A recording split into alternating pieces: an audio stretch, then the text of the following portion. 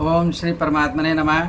मैं प्रोफेसर हरि हृदय अवस्थी अपने पूज्य गुरु जी पंडित भगवत शरण शुक्ल जो कि काशी हिंदू विश्वविद्यालय में व्याकरण विभाग के प्रोफेसर व विभागाध्यक्ष की से सेवानिवृत्त हुए हैं, उनके साथ में आप सभी का हार्दिक स्वागत करता हूं। हम Awasthi's Ayurveda anatomy yoga and spirituality channel पर गीता के ऊपर चर्चा कर रहे हैं। 5वां अध्याय पूरा हो चुका है। आज हम 6ठे अध्याय में प्रवेश कर रहे हैं और जो पहला श्लोक है वो है, और इस अध्याय का नाम है आत्म संयम योग। तो आत्म संयम योग जो अध्याय है उसका पहले श्लोक में जो चर्चा है, तो भगवान श्री कृष्ण कह रहे हैं कि जो पुरुष कर्म फल का आश्रय न लेकर करने योग्य कर्म करता है वह सन्यासी तथा योगी है, और केवल अग्नि का त्याग करने वाला सन्यासी नहीं है तथा केवल क्रियाओं का त्याग करने वाला योगी नहीं है। तो इस तरीके से सन्यासी और योगी की उन्होंने चर्चा की, और खाली जो है कर्म का त्याग करना या अग्नि का त्याग करना ही नहीं होता, और भी बहुत कुछ करना होता है। तो और वो बहुत कुछ क्या करना होता है कि जिसके आधार पर सन्यासी या योगी कहलाता है, तो वो हमारी वेद मूर्ति तपोनिष्ठ वेद के परम ज्ञाता और उपनिषदों पुराणों और गीता के ज्ञाता प्रोफेसर पंडित भगवत शरण शुक्ल जी आज विवेचन करेंगे कि वो और क्या चीज़ें हैं जो भगवान श्री कृष्ण इस श्लोक में कहना चाह रहे हैं कि इसके अतिरिक्त वो क्या चीज़ें और होनी चाहिए, तब उसे हम सन्यासी या योगी कहेंगे। तो इसके ऊपर आज गुरु जी अपनी ज्ञान की वर्षा करेंगे। आज आप सबको पसंद आएगा, और पसंद आए तो चैनल को सब्सक्राइब करें, मित्रों में शेयर करें। तो मैं अपने गुरु जी से निवेदन हूँ कि कृपया वह इस पर अपना व्याख्यान दें। प्रपन्न परिपारिजाताय तोत्र वेत्रैकपाणये ज्ञान मुद्राय कृष्णाय गीतामृत दुहे नमः। वसुदेव सुतं देवं कंस चाणूरमर्दनं देवकी परमानंदम कृष्णम वंदे जगद्गुरुम। इस चैनल का अवलोकन कर रहे सभी विद्वद्गण, सभी जिज्ञासु छात्रगण एवं इस चैनल का पूर्ण रूप से श्रवण कर रहे सभी सज्जन वृंद तथा इस चैनल के संस्थापक एवं प्रबंधक आचार्य हरि हृदय अवस्थी जी। 5 अध्याय गीता के इस ज्ञान यज्ञ में पूर्णता को प्राप्त हुए हैं, जिसमें प्रथम अध्याय जिसको हम लोग विषाद योग के नाम से जानते हैं, दूसरा अध्याय है जिसको सांख्य योग के नाम से जाना जाता है, और तीसरा अध्याय है जो कर्म योग के नाम से ज्ञात होता है, और चौथा अध्याय ज्ञान कर्म संन्यास योग, और 5वां अध्याय जिसको हम लोग जो है कर्म संन्यास योग नाम से जानते हैं। इस तरह से 5 अध्याय हुए हैं। विषाद योग के विषय में चर्चा की गई। जब तक व्यक्ति का पूर्व पक्ष उपस्थित नहीं होता है तब तक उत्तर पक्ष नहीं हो सकता। तो विषाद योग में भगवान ने अर्जुन के मुख से वो संपूर्ण प्रश्नों को उपस्थापित किया जो देहात्मवाद को सिद्ध करते हैं, और द्वितीय अध्याय में भगवान श्री कृष्ण ने उसी देहात्मवाद का सांख्योग के माध्यम से खंडन किया, और इसके अनंतर जो है कर्म के विषय में जो एक पद्धति है, वैज्ञानिक पद्धति, उस कर्म के विषय में भगवान ने निरूपित किया। चतुर्थ अध्याय में कर्म के विषय में और साथ साथ ज्ञान के विषय में, ज्ञान और कर्म इनका दोनों का जो स्वरूप है वो कैसे बनता है, किस तरह से उसकी स्थिति बनती है, वो उसका निरूपण हुआ। और पंचम अध्याय में जो बताया कि सांख्य और कर्मयोग का दोनों का स्वरूप क्या बनेगा, तो वो कर्म संन्यास योग में उस विषय को बताया गया। और यह जो अध्याय है, षष्ठ अध्याय, छठवां अध्याय, यह आत्म संयम योग नामक अध्याय है। इसमें शरीर, इंद्रिय, मन और बुद्धि, इन सबको आत्मा के नाम से अगर कहा जाता है तो इनका सबका क्या स्वरूप होगा, कैसे इसकी उपस्थापना की जाए, इनके सबके विषय में ये चर्चा की गई। भगवान ने यहाँ पर इस अध्याय में जो निरूपण कर रहे हैं, उसमें अर्जुन का कोई प्रश्न नहीं हुआ है। सीधे भगवान यहाँ पर अर्जुन के उत्तर कर रहे हैं कि सन्यासी और योगी, इनका स्वरूप क्या होना चाहिए। यहाँ योगी शब्द से कर्म योगी का ग्रहण कर सकते हैं, सन्यासी से सांख्य योग का अर्थात ज्ञानी का ग्रहण कर सकते हैं। परंतु सन्यासी के लिए उसके कुछ कर्मकांड हैं जिसके आधार पर उसकी एक प्रक्रिया दूसरी होती है, परंतु ज्ञानी का प्रतिनिधित्व करता है। तो भगवान कहते हैं कि अनाश्रितः कर्मफलम कार्यम कर्म करोति यः स सन्यासी च योगी च न निरग्निर्न चाक्रियः। अर्थात जो कर्म फल में आसक्ति रहित होकर के और जो कर्म करता है अथवा कार्य संपादित करता है, वही वस्तुतः सन्यासी है और वही योगी है। केवल घर बार छोड़ देना, अग्नि को छोड़ देना या संपूर्ण क्रियाओं का त्याग कर देने वाले मन से केवल कोई सन्यासी और योगी नहीं होता। इसका तात्पर्य क्या है? देखिए, हम लोग अनेक प्रकार के कर्म करते हैं और ये शास्त्र भी, जो सामान्य शास्त्र, व्यवहार शास्त्र, वो कहता है कि प्रयोजनम अनुद्देश्य मंदोपि न प्रवर्तते। प्रयोजन को बिना सामने रखे कोई मंद भी अर्थात मूर्ख व्यक्ति भी, अज्ञानी व्यक्ति भी किसी कार्य में प्रवृत्त नहीं होता है। उसको फल की इच्छा होती तभी उसकी प्रवृत्ति होती है। ये साधारण एक सिद्धांत है कि इदम मदिष्ट साधनम इदम मत कृति साध्यम इत्याकारक जो हमको ज्ञान होता है, अर्थात इस कार्य करने से मेरा इष्ट अभीष्ट सिद्ध होगा, इस कार्य को मैं कर सकता हूँ, इस कार्य के करने में मुझे किसी भी प्रकार की कोई जो है विपत्ति नहीं आएगी। ये तीन प्रकार के ज्ञान होते हैं, जिसको हम लोग अपनी भाषा में कहते हैं इष्ट साधनत्व प्रकार ज्ञान, कृति साध्यत्व प्रकार ज्ञान, बलवद अनिष्टान अनुबंधित्व प्रकार ज्ञान।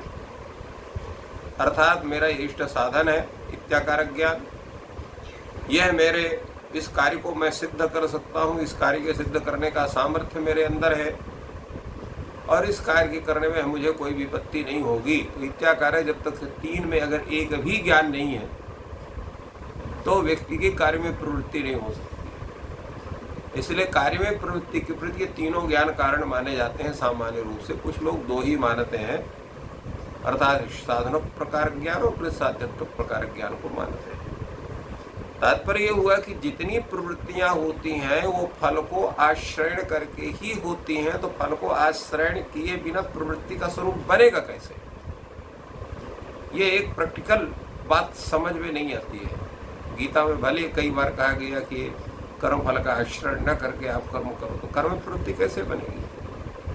प्रत्येक जीव की एक सामान्य जो प्रवृत्ति बनती है वो फल को उद्देश्य करके बनती है, तो फिर प्रवृत्ति ही नहीं होगी किसी की। क्या नहीं प्रवृत्ति होगी? कैसे प्रवृत्ति होगी? प्रवृत्ति के लिए भी दो कारण होते हैं, एक स्वकीय फल प्राप्ति के लिए और दूसरे जो है कोई ऐसा भी कार्य करते हैं जिसका फल आपको नहीं मिलता फिर भी आप काम करते हैं, अपने प्रीत्यर्थ करते हैं, किसी को उसको रिझाने के लिए करते हैं। यद्यपि वो भी उद्देश्य हो सकता है, परंतु जो क्रिया कर रहे हैं वो उसका उद्देश्य नहीं होता।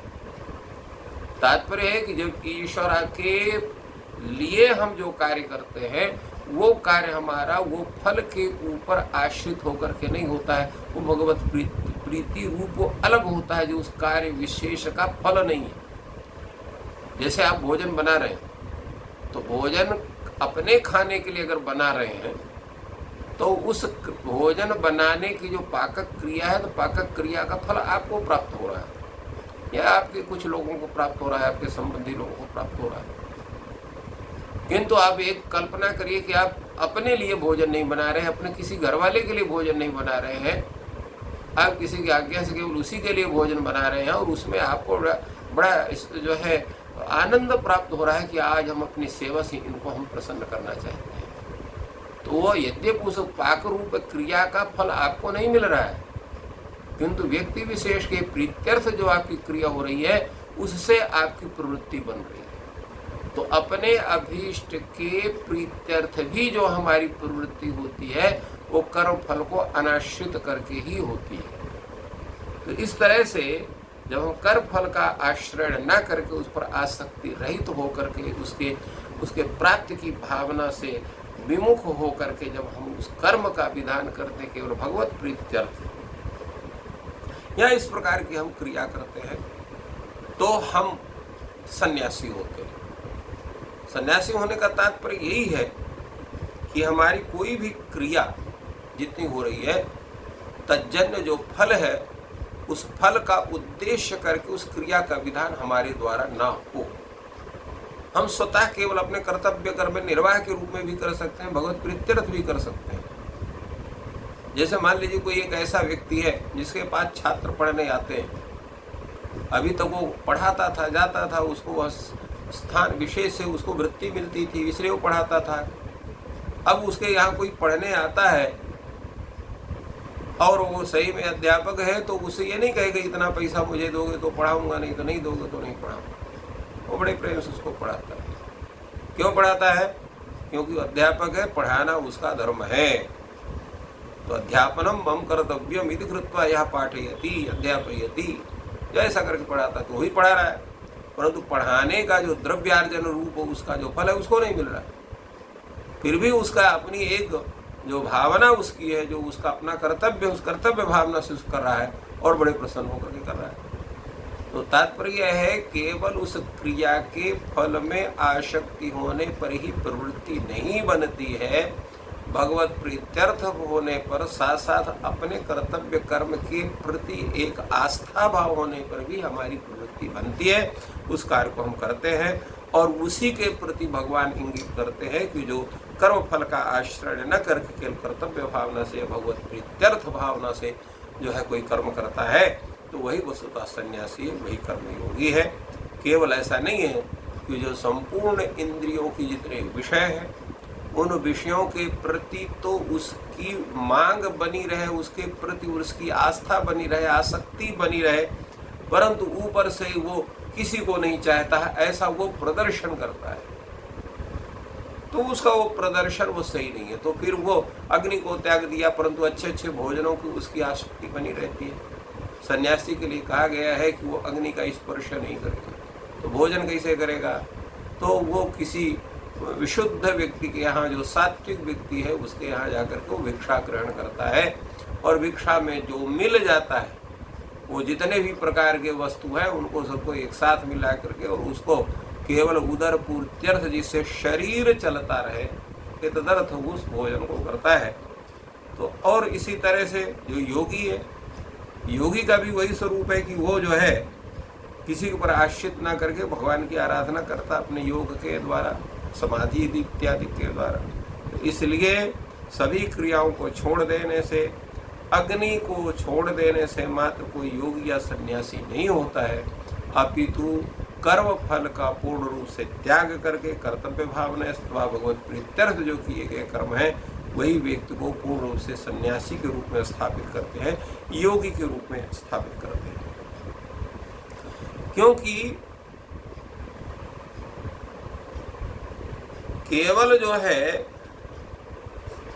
सन्यास क्या है, तो जिसको सन्यास ऐसा कहते हैं वस्तः वही योग भी है, क्योंकि संकल्पों का त्याग मात्र करने से कोई व्यक्ति न तो योगी होता है और न सन्यासी होता है। भगवान कहते हैं यम संन्यासमिति प्राहुर योगम तम विद्धि पांडव न ह्यसन्यस्त संकल्पो योगी भवति कश्चन। अर्थात तात्पर्य क्या है कि सन्यास को धारण करना या योग को धारण करना दोनों एक ही चीज है। शरीर, इंद्रिय और मन के द्वारा संपूर्ण क्रियाओं में जो कर्तापन है, हमारा कर्तृत्व भाव है, उसको पूर्ण रूप से समाप्त करके और अभिन्न भाव में स्थित जो परमात्मा तत्व है उसका जब हम ज्ञान करते हैं, वही अवस्था ज्ञान योग की पराकाष्ठा मानी जाती है। और योग शब्द का भी अर्थ वही है कि ममता, आसक्ति और कामना का त्याग करके जो हम केवल कर्तव्य भावना से उस कर्म को करते हैं, तो वही कर्मयोग हमारा वो होता है। तो इस तरह से दोनों में संकल्पों का सर्वथा अभाव ही होता है। इसलिए सांख्य योगी का जो स्वरूप है, जो सांख्य योगी जैसे परब्रह्म परमात्मा को प्राप्त होता है, उसी प्रकार कर्मयोगी भी अपने कर्म के आधार पर उस भगवत स्वरूप को प्राप्त करता है। इसलिए दोनों में अंतर नहीं है। तो केवल सन्यास होने के कारण या अपने संकल्पों को छोड़ देने के कारण कोई योगी नहीं बनता है। तो इसलिए व्यक्ति का कर्तव्य है कि जो ममता है, राग द्वेष है, सांसारिक जितने पदार्थों के प्रति जो एक चिंतन है, जो उसके प्रति एक लगाव है, उसको दूर करके और उस परमात्मा तत्व का पूर्ण ध्यान करते हुए कर्तव्य भाव से हमें अपना कर्म करना चाहिए। और उसी के करने से हमें पूर्ण शांति प्राप्त हो सकती है। हम सही रूप में योगी या सन्यासी हो सकते हैं। केवल सामान्य कर्मकांड के माध्यम से उन क्रियाओं को करने से हम न तो सन्यासी बन सकते हैं, न कर्मयोगी बन सकते हैं। इन बातों का विवेचन भगवान ने जो है इन दो श्लोकों में किया, जिसका अभी प्रश्न आचार्य अवस्थी जी ने उपस्थापित किया। इन दोनों श्लोकों के माध्यम से और अपने विशद अनुभव के आधार पर गुरुजी ने इस प्रश्न का उत्तर दिया है कि केवल जो है अग्नि का त्याग करने से सन्यासी नहीं होता तथा केवल क्रियाओं का त्याग करने से कोई योगी नहीं होता। और इस चर्चा में जो गुरुजी ने बात बताई, तो एक नवीन बात आज मैंने सीखी जो इससे पूर्व मैं नहीं जानता था। वो बात ये सीखी कि जो कर्म है, कर्म फल है, तो कर्म का फल तो होता ही है। तो आप चयन कैसे करेंगे कि कौन से वाले कर्म फल का चयन हम करें और जिससे कि हम सन्यासी भी कहलाएं, हम योगी भी कहलाएं और हम भोगी ना कहलाएं। तो ये जो बात हुई, तो उसमें गुरुजी ने बताया कि जो मैंने समझा, वो मैं अपने शब्दों में कह रहा हूँ कि गुरुजी तो अपने शब्दों में बात कह चुके। सामान्य शब्दों में मैंने समझा कि जो परमार्थ में अपने परिवार, अपने लिए जिनसे मेरा अटैचमेंट है, कोई रिलेशनशिप है, उनके लिए नहीं, बल्कि पूरे विश्व के हित में जो हम कर्म फल सोचते हैं कि उससे पूरे विश्व का, ये हमने उसका कर्म फल सोचा कि पूरे विश्व को ज्ञान मिलेगा। तो माध्यम कुछ भी हो सकता है, तो उसको तो हम माध्यम बनाते हैं, क्योंकि मन को जो है आयुर्वेदिक आचार्यों ने एक जो है टूल माना है, एक जो है यंत्र माना है, उसके माध्यम से हम कुछ कार्य की सिद्धि करते हैं।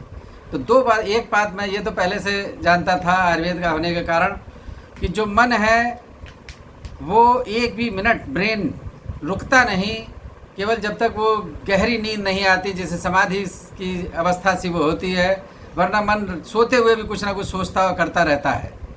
तो मन को अगर आपको जो है पॉजिटिव वे में लगाना है या स्थिर करना है, तनाव को कम करना है, तो आप अच्छी बातें सोचें जिससे आपको सुखद हो, या ईश्वर की सोचें, या न्यूट्रल भाव पे ले जाएं।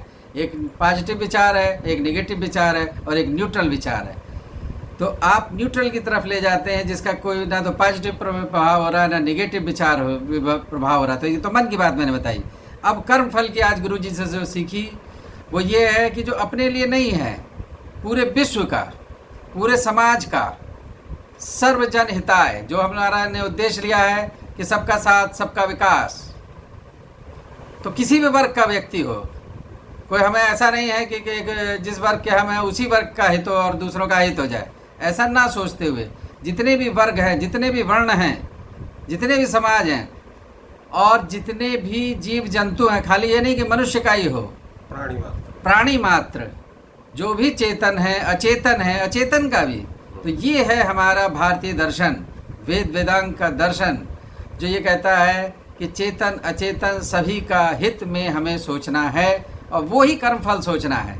तो वही ईश्वरीय कार्य कहलाता है, क्योंकि जो है सांख्य दर्शन जो कह रहा है कि जितने भी जीव हैं वो सब ईश्वर के ही अंश हैं। तो जो हम उन सब जीवों के हित में जब सोच रहे हैं तो ईश्वर के ही की हम प्रार्थना कर रहे हैं। तो ये दूसरी बात उभर कर आती है कि तो उसी के उद्देश्य से ये जो है हमारा चैनल कार्य कर रहा है। और गुरु जी केवल मेरे को उपदेश कर रहे हैं, यहाँ पर केवल मैं ही उनका शिष्य हूँ जो ये चैनल जिस टाइम रिकॉर्डिंग चल रही है। लेकिन एक के उद्देश्य से जब ये YouTube पे जाएगा तो पूरे विश्व का जो भी व्यक्ति ज्ञान लेना चाहेगा तो ये सारा का सारा उपदेश उनके हित में खुला हुआ है, क्योंकि हम इसमें कोई फीस नहीं ले रहे, गुरुजी कोई फीस नहीं ले रहे। उन्होंने निष्काम निस्वार्थ भाव से, जिस निष्काम कर्म योग के माध्यम से बिना फीस लिए हुए जो उन्होंने धर्म बताया कि एक अध्यापक का जो धर्म है कि छात्र को पढ़ाना। मैं एक छात्र के रूप में आया गुरुजी के पास और उन्होंने मेरे को छात्र के रूप में स्वीकारा और मेरे माध्यम से पूरे विश्व को वो जो है गीता का ज्ञान दे रहे हैं। जो भी उस चैनल पर आएगा देखेगा तो उसे वो सारा ज्ञान मिल जाएगा। तो ये है निष्काम कर्म योग, जिसके माध्यम से सबको ज्ञान निस्वार्थ निष्काम भाव से दे रहे हैं, ऐसा मैंने समझा है। और अगर आपको ये चर्चा पसंद आ रही है तो कृपया जो नए व्यूअर्स हैं वो चैनल को सब्सक्राइब करें, अपने मित्रों में शेयर करें, WhatsApp, Facebook, Telegram, Twitter, Instagram, इनके माध्यम से, जो भी माध्यम आप प्रयोग करते हैं उसके माध्यम से।